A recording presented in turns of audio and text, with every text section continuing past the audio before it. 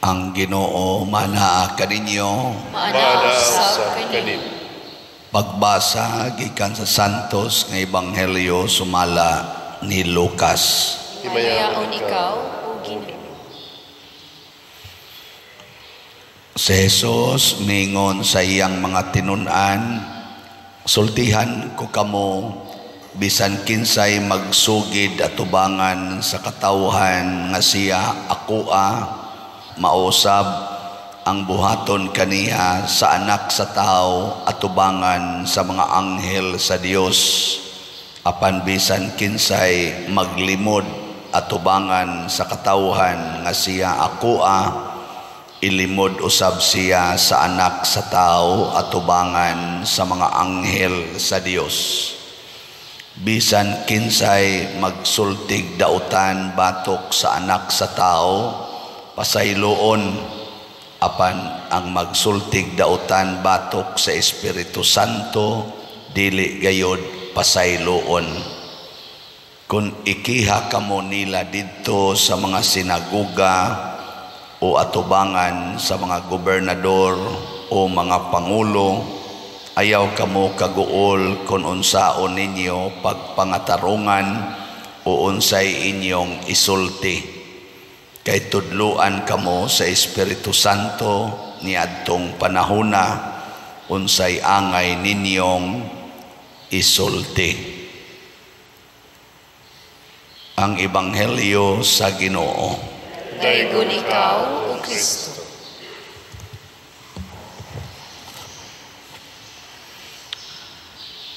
Ang Espiritu Santo maoy tigtudlo nato mahitungod sa mga pulong sa Ginoo. Mauna nga si Jesus niingon, kung magsulti mog dautan batok sa anak sa tao, pasabot batok ni Jesus, pasayloon rataniya. Pero kung magsulti tagdautan batok sa Espiritu Santo, di kita mapasaylo. Ngano man, kay ang pagsultig dautan batok sa Espiritu Santo, mao ang pagsupak sa pulong sa Ginoo. Mas importante para ni Jesus ang iyang pulong kaysa iyang pagkatao. Ngunang nisugot ra siya nga ang iyang pagkatao, biay-biayon, tamayon niya ang iyang lawas isip tao, bugal-bugalan, bunogon o ilansang sa cross. Pero matod pa niya, kung di mo motuo nako, tuuhi ang akong mga pulong. Ngano man, kay peligro kayo nga maimpirno ta tungod sa pagsupak sa pulong sa Ginoo. Kay ang iyang pulong Espiritu o kinabuhi niya. Kundi na ta musubay, aadto na ta sa kadautan o sa kamatayon. Sige, lingiay mong tupad na sige kag sugot sa sugo sa Ginoo. Ano bang pulong sa Ginoo? Sige kag sugot ana. Kay kita ra ba kusog kay tang musunod sa pulong sa tao nga karon padahon sa kumpanya sa eleksyon sa barangay, daghan kay mga pulong nga buhian ang atong mga kandidato o mga kandidata para sa posisyon sa barangay. Daghan kay silang mga pulong nindot kayo naa diha gipamutangan ng ilang mga tarpaulin. Nindot pa kayong basahon. Ayaw nagtuhoi. Wa nay klaro. Pero kung ang pulong gani sa Ginoo mo'y imong mabati, kana tuhui dayon na. Oh. Diri sa unang pagbasa, si Abraham gitawag og amahan nato nga espirituhanon. Nganuman, nganong espirituhanon kay ang iyang pagtuo sa pulong sa Ginoo milabaw sa tanang mga tao sa tibuok kalibutan. Giingnan gud siya nga mga nakagdaghan kaayo niya 98 na iyang edad, ang iyang asawa 90 na sad ang edad, wa lang yapon mamabdos, pero ang giingon sa Ginoo sukad pas ilang pagkaminyo, niingon na ang Ginoo mga nakagdaghan kaayo. Kamo maminyo mo 25 ang edad nya moabot na lang kag 90, wa lang yapoy anak, pero sigihan kag ingos Ginoo mga anak lagi mo daghan. Mutuo pa ka? Tubag? Yaw la mo diyan tuo ba ko. Di man gani mo mutuo ing daghan gani kag kwarta ingnon gani ka palit og slot, di man ka mutuo na ana gid ni mong kwarta ba? Anag yung kwarta yung palit og slot tag 100 raman ning holy pads, di gyud mo palit nya na kay kwarta sobra sa 1 million ingnon kang palit kag disap investment slot nato, di lang yapon mo tuo. Istorya ra ng Padersiano kani magong pulong sa Ginoo mga igsoon, mailhan na nato kay dili raman ka nang gisuwat sa Bible, dili raman na mo'y pulong sa Ginoo. Matod pa diri sa atong ebanghelyo, ang pulong sa Ginoo pinaagi sa Espiritu Santo.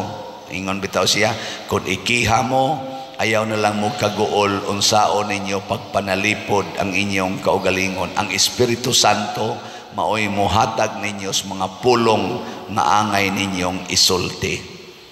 Karon unsaon man nato pag ilang nga pulong na sa Espiritu Santo ang pag-ingon palit mo slot. Unsa mo na pulong ni Father Siano o pulong sa Espiritu Santo? Niya ni tuman mo na. Tuman ayo sa noon. Unsa may unang timailhan nga pulong sa Espiritu Santo? Una, makapalambo sa simbahan. Simbahan ba? Makapalambo sa simbahan. Kaya ang simbahan mauman ang buhi nga timaan sa presensya sa Ginoo. Mauman ni ang atong gitawag og barko, arka or sakayan nga nagbiyahe sa kalibutan padulong ngadto sa kahimayaan. Ug makapalambo gani sa simbahan ang pulong bisag diin pa na gikan kana iyanas Ginoo. Niya kining atong holy pads, holiness, peace, and sa to divine salvation, para man ni sa national retreat sa mga pare karong November 7 to 9. Makapalambo man ang retreat sa pare, makapalambo ba na sa simbahan o dili? Palit dayon mo. Kapila man ka mo palit as long as you have the money.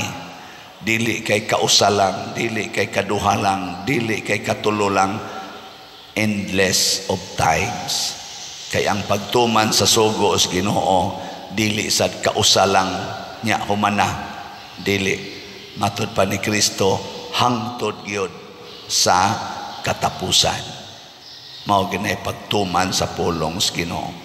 So salamat sa nagpatalinghog sa pulong sa Ginoo na natay halin sa holy pads niabot na og 68,237 ka slots. 31,000 pakpaksata. 31,763 na lang ang nahibilin. Dool-dool na rabalang mga duha na lang kasimana. So, hot doon tananig palit 31,000. Nya naasad tay 30 slot challenge 3,000 pesos. As of yesterday niabot na sag 763 ang atong 30 slot challenge pakpak masata. Ang atong investment slot kaning disap nga tag 500,000 pesos per slot with 25% interest rate per annum. Nagpabilin pa nga naatay balansi nga wap mahalin 56 slots. Kung mahalin ning tanan mahimo na gyud tang mabungahon Gahapon ato nang gitagaan og partial payment ang atong owners diha na 24 million. Pakpakan na to, naka-partial na to. So ang kuwang mga 40 plus na lang, mga 46 nakabot katunga. So unsa man mo invest pa mo di na naapay 56 slots, tag 500,000 pesos per slot.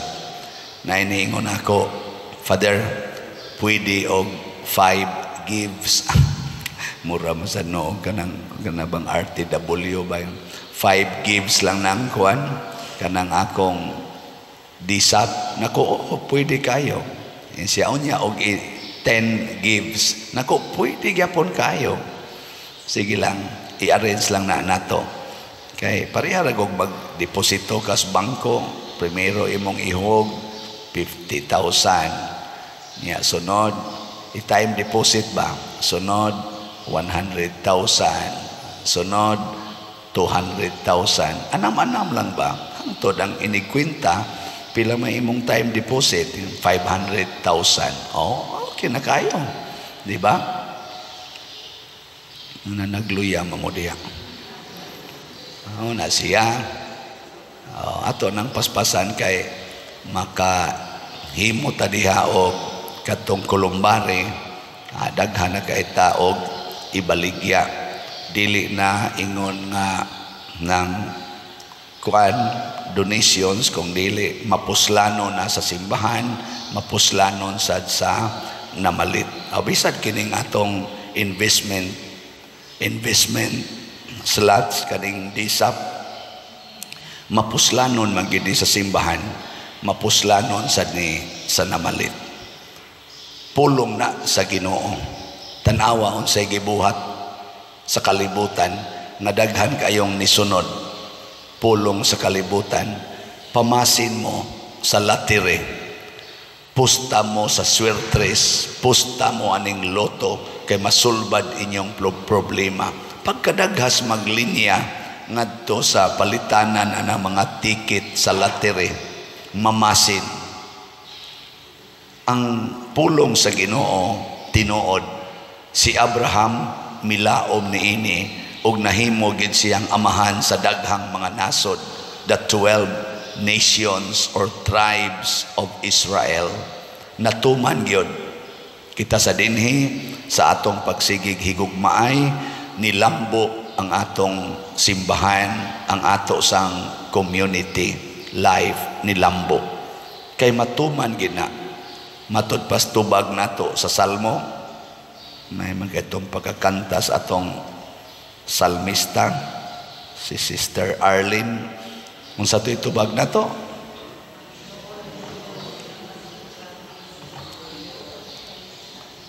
Way klaro gumbul-gumbul mamudiha.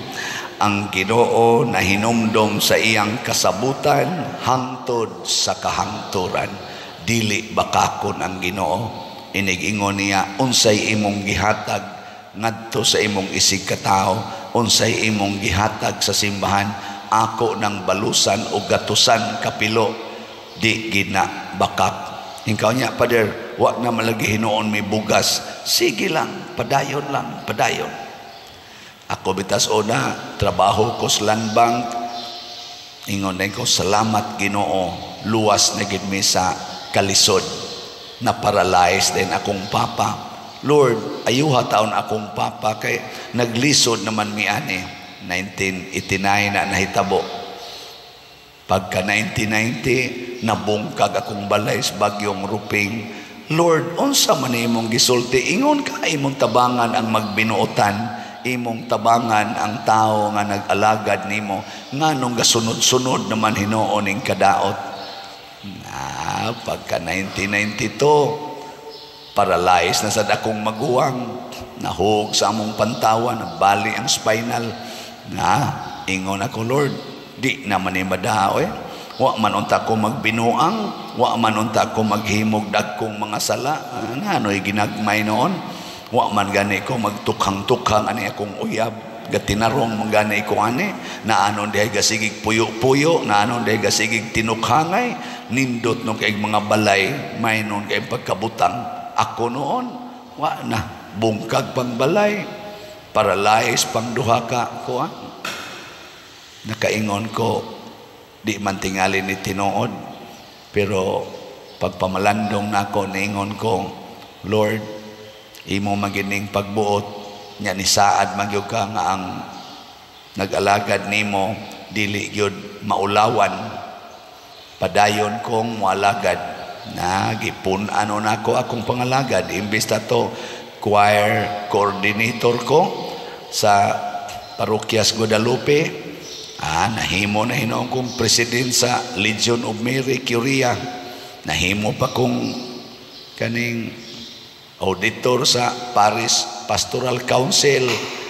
Ako dahil noon mao'y tighatag, usakos tighatag o mga seminars sa Basic Bible Seminar, ngadtos mga kapilya, manghatag na kog recollection. Napun-an na noon ba? Resulta, napari yun. Anong tutok mamunako? Nga mao man akong iyagian. Nya natuman ba ang giingos Ginoo nga di gyud magkalisod ang magsunod niya? Natuman wa. Puerting tumana hangtod pagod ang daghan nga katawhan nga naglisod nakatabang-tabang pagita. Hasta pas kalisod sa atong archdiocese labi na atong pagtukod sa Kapilinya di Fatima kanang naa sa San Remigio, nakatabang ang akong pagsunod sa Ginoo, labi na gyud pag-ingos Ginoo, pamaligyag slat.